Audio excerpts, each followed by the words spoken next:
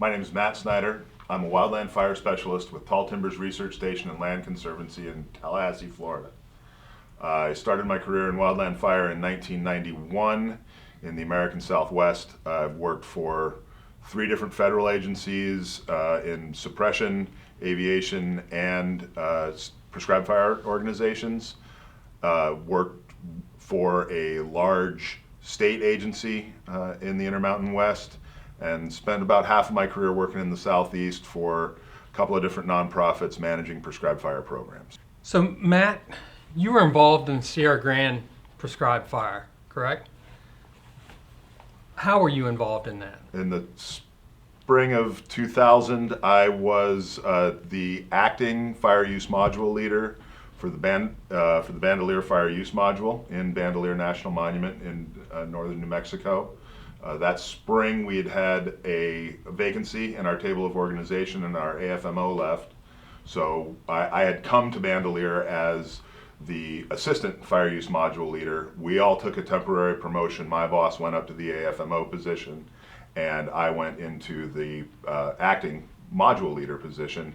My role on the prescribed fire was that of the ignition specialist, what we now call the firing boss. So what planning and preparation went into the burn prior to ignition that day? It was a typical burn plan writing process that took several months. Our module leader and then acting assistant fire management officer was the lead planner for the project. It was a combination of 2 units that had been burned about 9 years before and had been burned in the fall and a little bit on the cool side.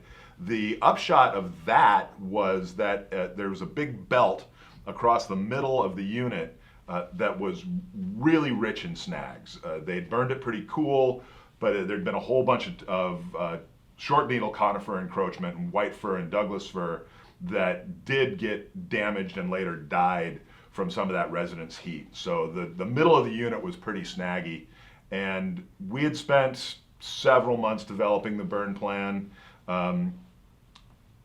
The prep work that had been done was we took kind of an interesting approach.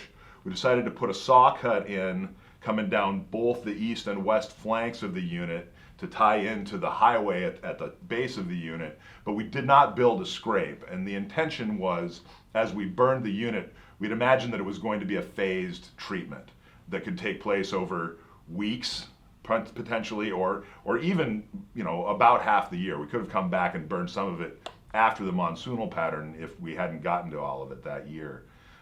So the vision was that we would use a fuel type change at the very top of Cerro Grande Peak at about 10,000 feet as the top holding line, and burn out some montane grasslands on the top that would allow for a big black line at the top of the unit.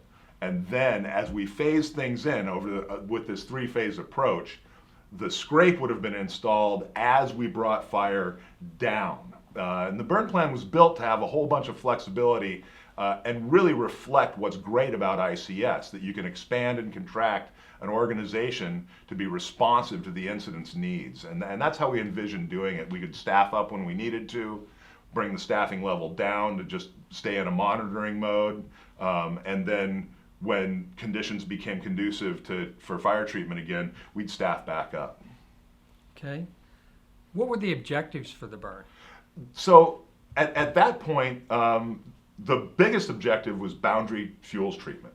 Bandelier National Monument had experienced 2 in the 70s and then later in the late 90s, 2 very large fires that essentially treated a lot of the boundary of the park. Bandelier had a very progressive fire management program and fire management philosophy that allowed for naturally ignited fires to let run their course. And what we wanted to do was protect the boundaries to make sure that if we made decisions to use fire and let fire play its natural role in the Bandelier ecosystem, that we were going to protect those boundaries and keep things from leaving the monument. Okay.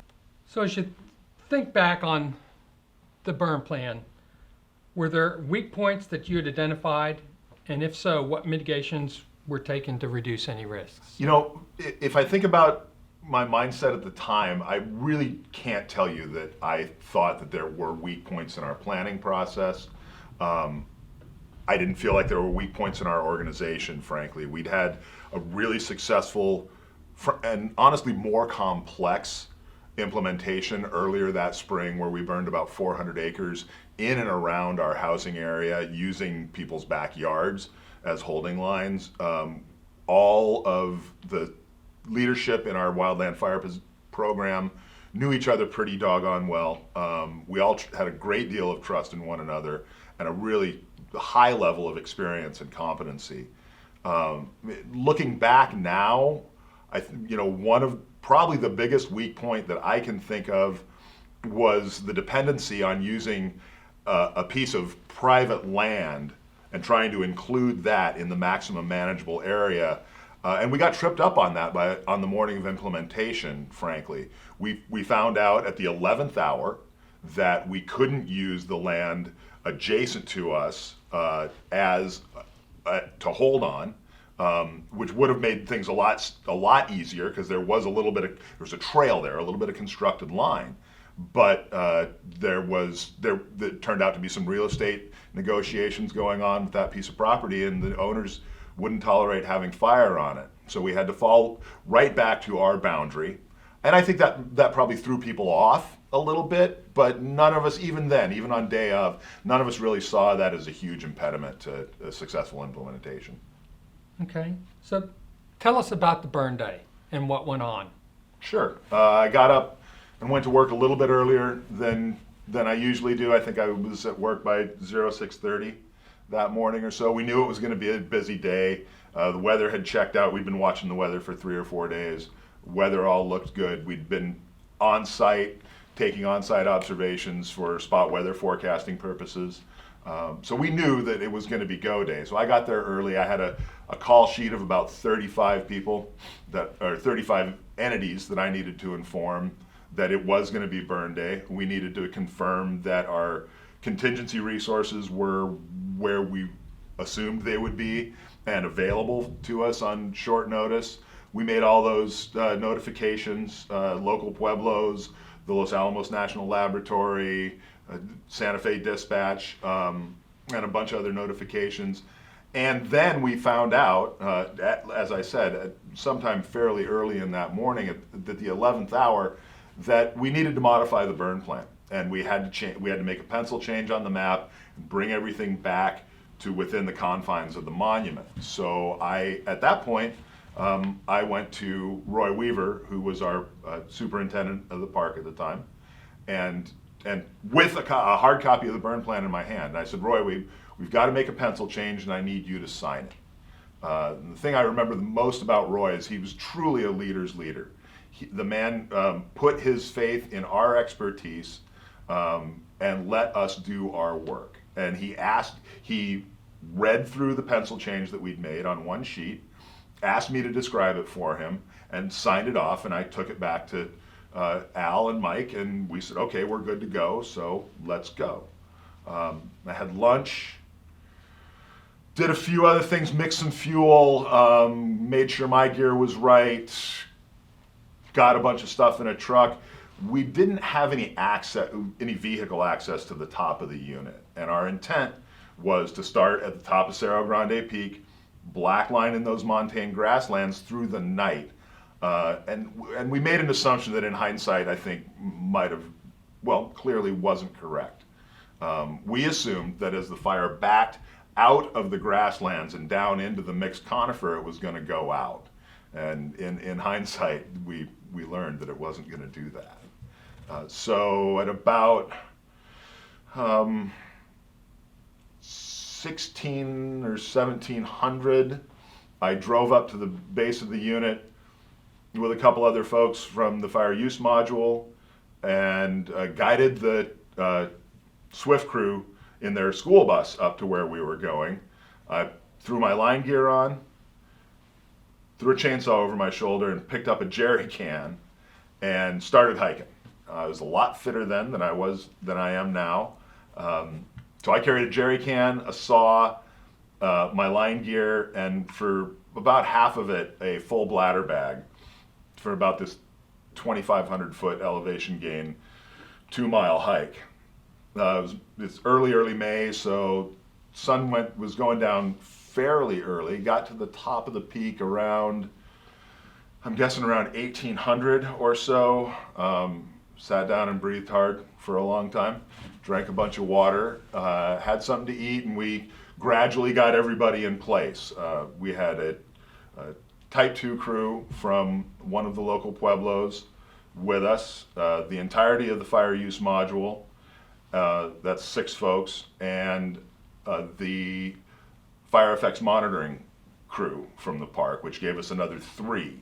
So we had a firing boss, a holding boss, that was Al King, our fire management officer for the park, and a burn boss. I was in the firing boss role.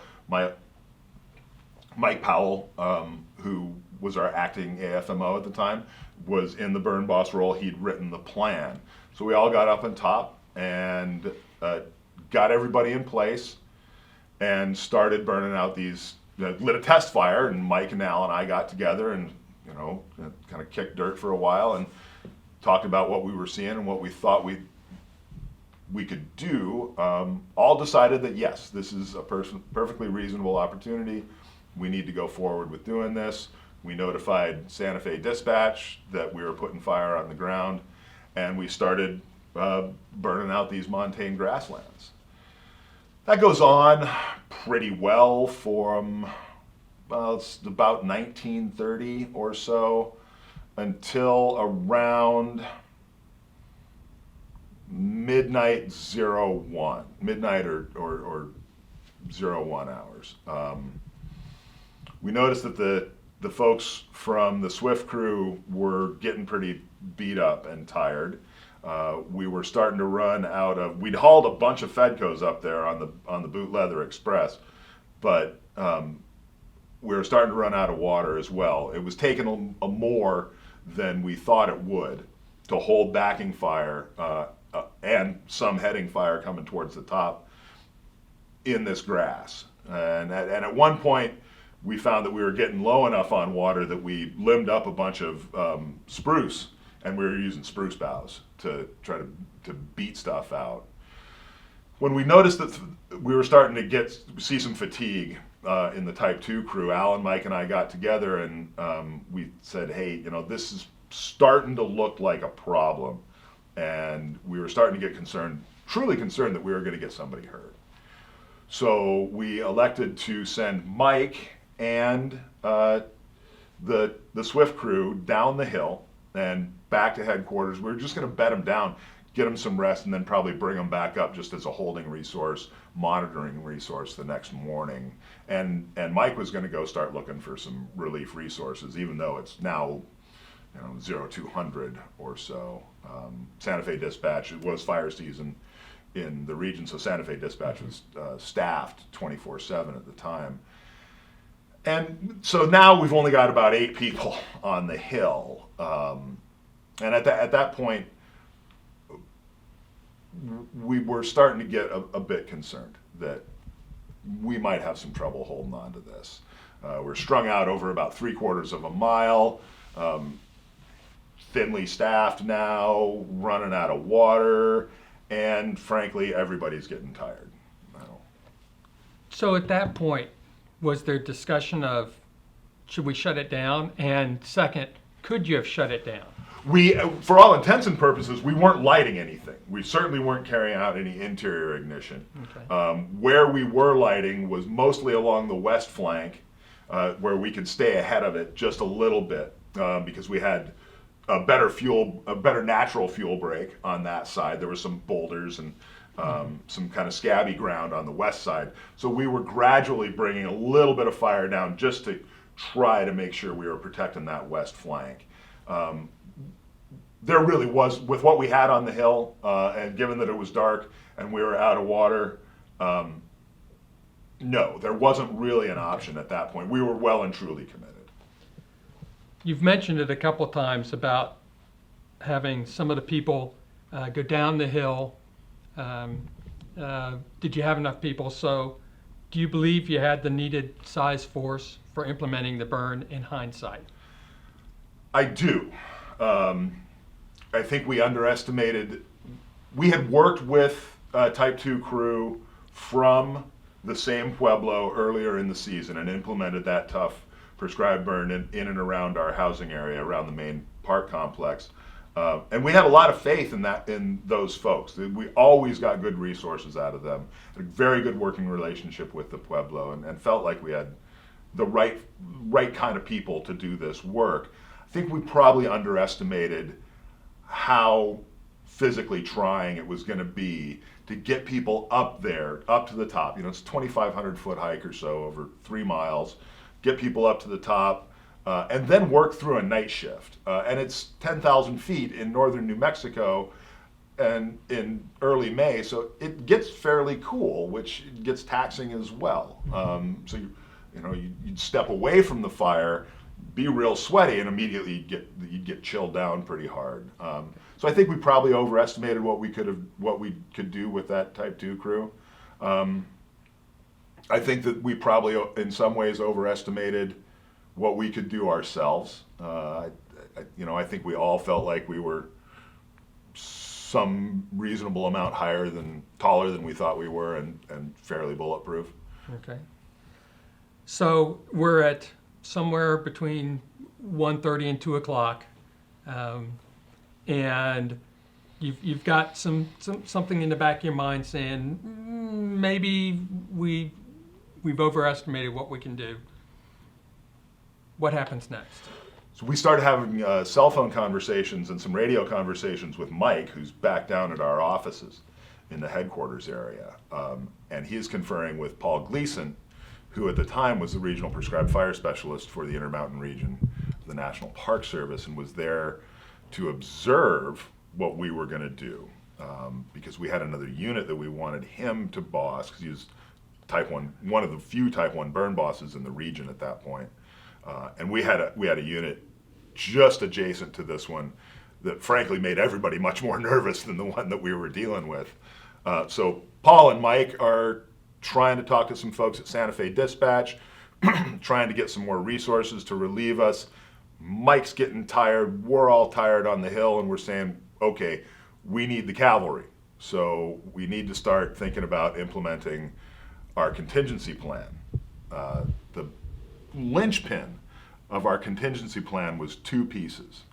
And the way the plan was written, our contingency plan was valid if the Tijeras Pass Forest Service helicopter was on the pad and available in Albuquerque, and the Santa Fe hotshots were in station and available in Santa Fe. We had confirmed both of those availabilities before we went up the hill, and reconfirmed them with Santa Fe Dispatch when we informed them that we were proceeding with ignition operations. Mike called dispatch, told them that we needed the hotshots, and we needed them as soon as possible. And he was asked if we were converting our fire. And Mike said, no, we are trying to hang on to this as a prescribed fire, and we need our contingency resources to make that happen. He was then told that all prescribed fire orders went through their prescribed fire desk. And that desk was unstaffed until 0800 in the morning, and he could call back then. He tried again, received the same answer. Eventually, he got frustrated enough that he threw up his hands, and Paul tried. And Paul called dispatch, and the way I understand it, not having been in the room, was Paul said, listen, I've got a little more juice than you do here. I'm the Regional Prescribed Fire Specialist for the National Park Service, and I need you to send me that hotshot crew. And he finally got a hold of somebody that was willing to think a little bit differently. And what they decided to do was get the shots up and assign them to a P code for a small IA that was contained, but the P code was still open on the Santa Fe National Forest. So they directed them our way at about, I think they probably woke the soup up sometime around 0400 or so. And while all this is going on, we're strung across 3/4 of a mile of open line, running out of water, trying to keep up with this thing that is backing down harder than we imagined it would. And then things start to get, about the time that the shots showed up, things started to get really frustrating. And so, when did you first start to have the feeling that it wasn't going to do exactly what you wanted it to do? Because up to this point, it's still backing down. It might be a little hotter or a little more intense than what you expected, but at what point did you start to? I think it was about the time we realized, and it all feels, it's fuzzy, frankly. It's been 20 years ago now. But it felt like, in my memory at least, we sent the Type 2 crew down, tried to talk to dispatch, and we're all getting pretty tired. All of that seems to happen kind of simultaneously or within a very brief period of time. And at about that time, Al and I are on the same flank, and every time we had to have a phone conversation or a radio conversation with somebody that wasn't sitting with us, we would take, I remember having to do it with Mike, and I grabbed Al and took him away from the couple other folks that we were with, and I said, okay, I'm really tired, and I don't know if I'm thinking clearly or making sense. So I need to tell you what I'm going to say on the radio, and I need you to tell me if I'm speaking gibberish or not. And we both did that about 2 or 3 times during the course of our decision making, and trying to figure out what we were going to do with this thing. So sometime around 0300, I think, is when we really started feeling like this is not going according to plan. So in one parlance, you might say that the holes in the Swiss cheese are starting to line up. Yeah. So at that point, you realize that. What starts to go through your head then? I started to think about, sort of about some of the worst case scenarios about what can happen with this. Not really thinking about the weather, just thinking about needing to get things staffed up, get more people on this thing so we can hang on to it. We don't have an inkling at this point that there is a large frontal passage somewhere 500-600 miles west of us that's coming to pick this thing up and splatter it all over the map. So let's go to that point. Are there significant things that you need to cover that have happened or are happening prior to that weather event? Yeah. So there's a few interesting things that happened betwixt and between there. So when we started to have trouble we knew that we couldn't order the helicopter, right? Because it's dark, and we're not going to fly that thing from Albuquerque to us in the dark. So when we started to have trouble ordering the shots, we got our local engine crew up and got them to hike up, and they tied in with us about 0430 or so, and they brought some more bladder bags, and that helped for a little while. And at about 6:30, the Santa Fe shots arrived and hiked up to us, and they split, took one squad up the east flank and one squad up the west flank. Squad that came up the west flank to relieve the bunch of people that I was with had captain, squad leader, and balance of a squad. We gave them our in briefing, told them what we thought needed to happen to contain this bit of this. They said, great, we'll talk to Soup, he's over on the east flank. Guys, go get some rest. So we hiked off, didn't go home right away. I went to our fire cache where our helipad was, because I knew that we'd ordered the Tijeras Pass helicopter, and I wanted to tie back in, Al and I both wanted to tie back in with Mike and Paul, because we were going to leave this in Paul's hands now with as burn boss. Still hasn't been converted. So I go to TA-49 where our cache and the helipad is, and helicopter lands right about the time we pull in. Manager gets out of the aircraft, walks over to Paul. Paul says, or Mike, I actually can't even remember, but walks over to one of those guys and says, where do you need us? And we respond, well, get the bucket on. We're going to start dipping out of this Folda tank that we've got here, and you've got to, we've got to check this thing up on the hill. So the manager's like, okay, great. Shut the aircraft down. He opens the cargo door, looks in the cargo bay of this Long Ranger that he's just flown in on, and there's no bucket. And he looks over at us and looks back into the cargo and says, I don't know how this happened, but the bucket's on the chase truck. And it's half an hour behind me. We're like, well, that stinks. So I think we threw 3 bladder bags into the cargo, put that up on the hill. Sounds like, and then I hung around for a while, and sounds like things got a little more active. The sun comes up, things starting to warm, things get a little more active on the east flank. And we hear radio traffic from that east flank requesting a delivery of retardant. Paul, who now is in control of the operation, gets back up on the radio and says, are you sure that you have to have that retardant? Because if we throw retardant at this by Park Service policy, we have to convert this and we have to call it a wildfire. And he asked pointedly, has it left the monument? There's a wire fence there, and it should be obvious if this has left the monument or not. And the individual that responded to him says, yes, I'm certain it has left the monument, and it's crowning and starting to run to the east-northeast.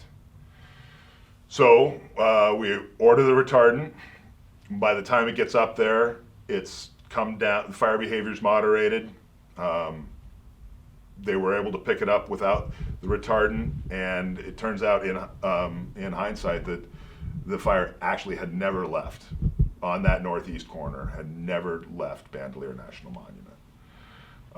So that's when things for me are starting to go, all right, not only has the prescribed fire plan gone in the tank, but our mitigation now has a bunch of holes in it as well. So now we've got a declared wildland fire on our hands, and Paul Gleason takes over as the Type 3 incident commander. Okay, well, we've heard a lot, and I'd really rather not go into the wildfire part of it. You bet. But once it's declared, what happened to the original prescribed fire area? Very interesting. I had alluded to the big belt of snags through the middle of that. So when we converted the fire, we immediately started ordering resources, and we knew we were going to need several Type 1 crews to button this thing up. And we got them in fairly short order, because there were a couple of Arizona crews that were in the area coming off other assignments. So by the time we had 3 shot crews on the ground, they went up, scouted it, and at one point there was an opportunity to build underslung line all the way across the unit and cut it off. And the soups that scouted it all decided that it was too risky to run 2 or 3 crews through there, building underslung line with this very, very high concentration of snags. So the strategy that they chose to employ was to basically implement the prescribed fire across the unit as we had envisioned it. They started bringing fire down both flanks, and as they got it down to the highway to hang it up, and had it burn down all the way into the highway, they put a PSD operation in the air. And they started to just fill in the gaps. This is exactly how we were going to burn the prescribed fire. They started to fill everything in, and I kid you not, the firing operation got within 1 rotor disc of the highway. It would have been 1 more run with the PSD machine when a clump of ponderosa pine torched, got a wind behind it, and spotted it over the highway into the unit that we were all really nervous about. I mean, steep, heavy mixed conifer, lots of dead and down, really rough place to work. Took 3 days to get that that spot turned out to be about 50 acres. Took 3 days to get that whole thing corralled, and then, even then, after it was lined, took a spot out of that, some embers out of that spot, lofted it up onto a ridge, and set up the big run that eventually took it into Los Alamos. So, we've heard where you felt the prescribed fire went. Now that you can think about it, are there any alterations that could have been made early on that might have changed the outcome from this? You know, I can think of a couple of things that likely would have maybe had some bearing on the outcome. There on the west side, or pardon me, on the east side of the unit, there is an old roadbed, and we essentially followed that roadbed with the cut when we put it in. We treated that part of the park as de facto wilderness, even though it was not designated so. And we were pretty strong about our wilderness ethic in the park.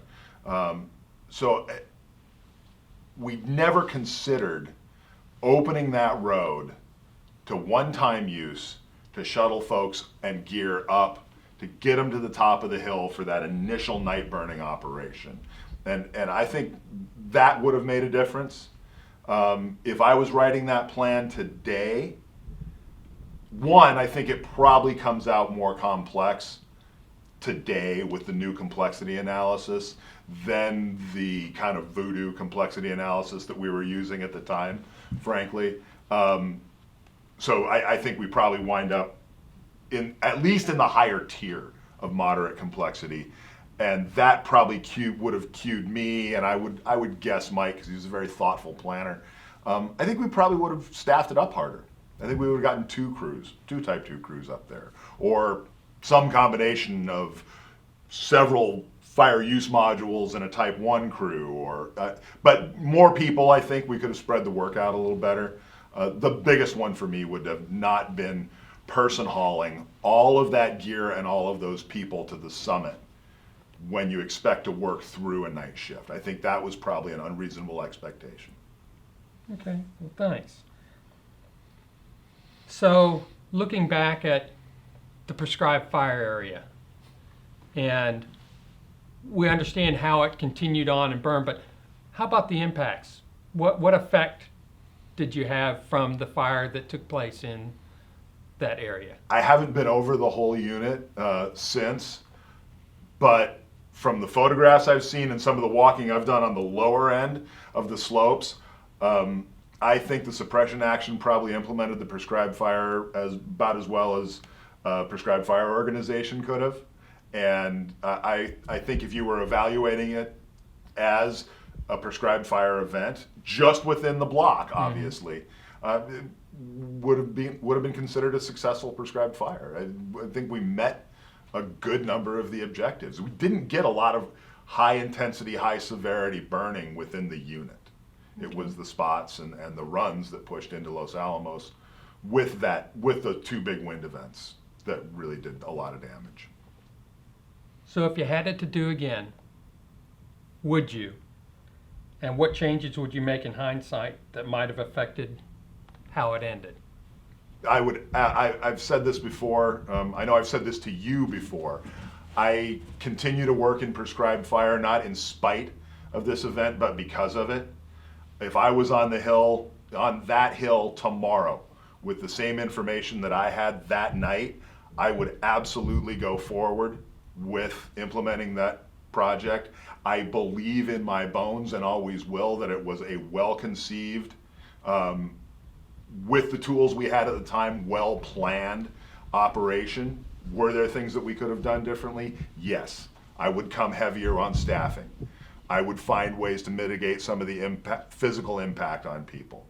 But I would not defer that risk to anybody else. And I think that's one thing that we do way too much of now. You know, I think we confuse risk deferral with risk management. And I think we push way too many opportunities off onto the future managers and firefighters that are going to follow us. And we need to be looking for many more opportunities particularly in Western systems that have gotten really jacked up because of 100 years of well-intentioned but badly thought out fire suppression policy. And in the face of a warming and drying planet that we know is going to change in our lifetimes. We need to start thinking about putting the torch into some of these places and developing refugia for plant and animal communities and human communities that are going to be impacted in the future by more huge fire events and more long-term smoke events and much more warming and drying that's going to leave ecosystems and human communities at much greater risk if we continue to defer risk rather than manage it. So Matt, you've told us quite a bit about what went on for you and with the Cerro Grande fire. What takeaways from this would you pass along to others? You know, I think the last thing that I learned from this was how poorly equipped any of us are to deal with the emotional and psychological after effects of an event like this. I had the good fortune to have a family friend who was a counselor that specialized in working with police and firefighters. And I spent about 1.5 years in counseling to deal with what truly was PTSD. I exhibited all the signs. I sleep disturbed, was irritable, I was sad all the time, I wanted to be alone, I couldn't talk to anybody about my dog, I drank too much, and all of those things.